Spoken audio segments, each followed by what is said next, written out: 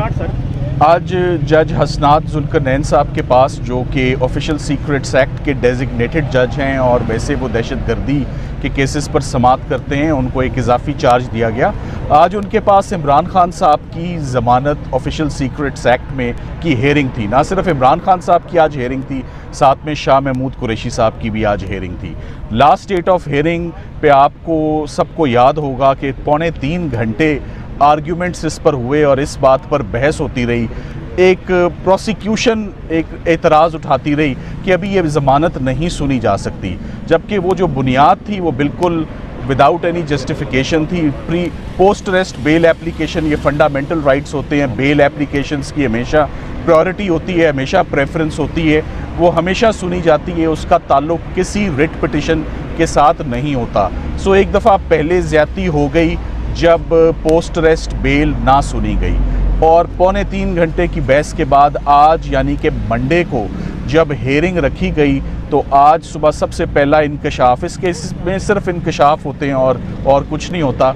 सो आज का इंकशाफ ये था कि जज साहब आज अचानक छुट्टी पर चले गए हैं। तो एक तो दिक्कत होती है कि इंसाफ मिल नहीं रहा, यहाँ पर इंसाफ देने के लिए हेयरिंग ही नहीं हो रही, सुनवाई ही नहीं हो रही।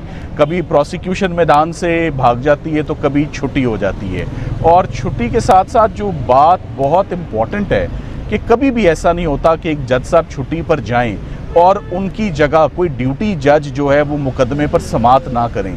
तो गुज़िश्ता 1 घंटे से हम ये मालूम करने की कोशिश कर रहे थे कि ऑफिशियल सीक्रेट्स एक्ट की जज साहब अगर रुखसत पे हैं तो उनकी जगह नोटिफिकेशन किस जज साहब का है कि वो कौन जज साहब हैं जो उनकी गैर मौजूदगी में ये समाअत करेंगे।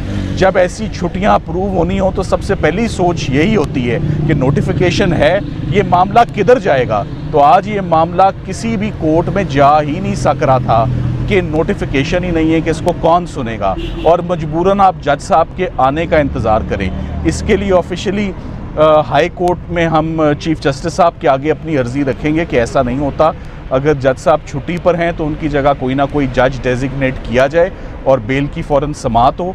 हमने आज इस मुकदमे को एडजर्न कर दिया गया, नहीं होना चाहिए था जुमेरात तक। ऑफिशियल सीक्रेट्स एक्ट में कोई ऐसी चीज़ नहीं है। सो हमें तारीख़ दोबारा बड़ी लंबी बताई जा रही थी, हमें हफ्ते के रोज़ की तारीख़ बताई जा रही थी, मगर हमने अब इस केस में जुमेरात बरोज़ जो 7 सितंबर की अब ये डेट है दोनों बेल एप्लीकेशंस पे, और हम उम्मीद करेंगे कि in the meanwhile notification आ जाए कि जज साहब अगर रुखसत पे हैं और छुट्टी पर हैं तो उनकी जगह कोई और जज साहब पोस्ट अरेस्ट बेल एप्लीकेशंस, जो किसी भी सूरत जिसमें ताख़ीर नहीं हो सकती, जिसको एट द अर्लीस्ट सुनना चाहिए, ऑलरेडी उसमें 2-3 पेशियाँ जो हैं वो डल चुकी हैं। इमरान खान साहब 15 तारीख से इस केस में गिरफ्तार हैं, किसी को नहीं मालूम था, सीक्रेटली ये प्रोसीडिंग्स हुई।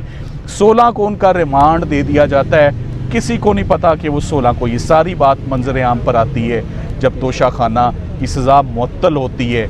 ये 30 तारीख को 14 दिन तक कार्रवाई किसी मुकदमे की ऐसे सीक्रेटली छुपाई नहीं जाती। ऑफिशियल सीक्रेट एक्ट की पैरवी करनी थी या उसकी कार्रवाई होनी थी, ना कि मुकदमे को सीक्रेटली चलाया जाता। तो ये तो मुकदमा ही बड़ा सीक्रेटली और ऑब्जेक्शनेबल मैनर में चलाया जा रहा है। तो हम उम्मीद करते हैं कि इसमें आइंदा तारीख जो कि जुमेरात है तब तक कोई जज साहब नॉमिनेट हुए होंगे जिनके आगे हम अपनी बेल एप्लीकेशंस आर्ग्यू करेंगे और ये केसेस अपने मेरिट्स पर डिसाइड हों। Thank you very much. Imran Safdar साहब बताइएगा कि पहले तो हम देखे थे सुप्रीम कोर्ट का चीफ जस्टिस या तो वो बीमार होते थे या वो भी छुट्टी पे चले जाते थे, अब लोअर कोर्ट्स में भी उसी तरह के ताख़ीरी हरकत देखेंगे? देखें, बात ये कि किसी भी जज साहब को कोई भी मजबूरी हो सकती है, हम समझते हैं इस बात को। एक कंसर्निंग बात ये थी कि अब हमारी नज़र में छुट्टियां ऑफिशियली ख़त्म हो गई हैं। जो वकला साहिबान भी कई बार छुट्टियां मनाने गए हुए थे मुल्क के अंदर या मुल्क से बाहर, वो भी आ गए। तो आज से छुट्टियां ख़त्म होने का सिलसिला हुआ और आज से बाकायदा काम शुरू हुआ। तो जब काम शुरू हुआ तो इंसाफ छुट्टी पर चले जाए, उसकी समझ नहीं आई। चला जाए इंसाफ छुट्टी पर, उसकी जगह कोई और इंसाफ देने के लिए तो बैठा हो ना। तो दिक्कत ये है कि यहाँ पर और आज कोई कोर्ट ही नहीं है जो ऑफिशियल सीक्रेट्स एक्ट पर समाअत करे। सर, इसमें एक मैं प्लीज़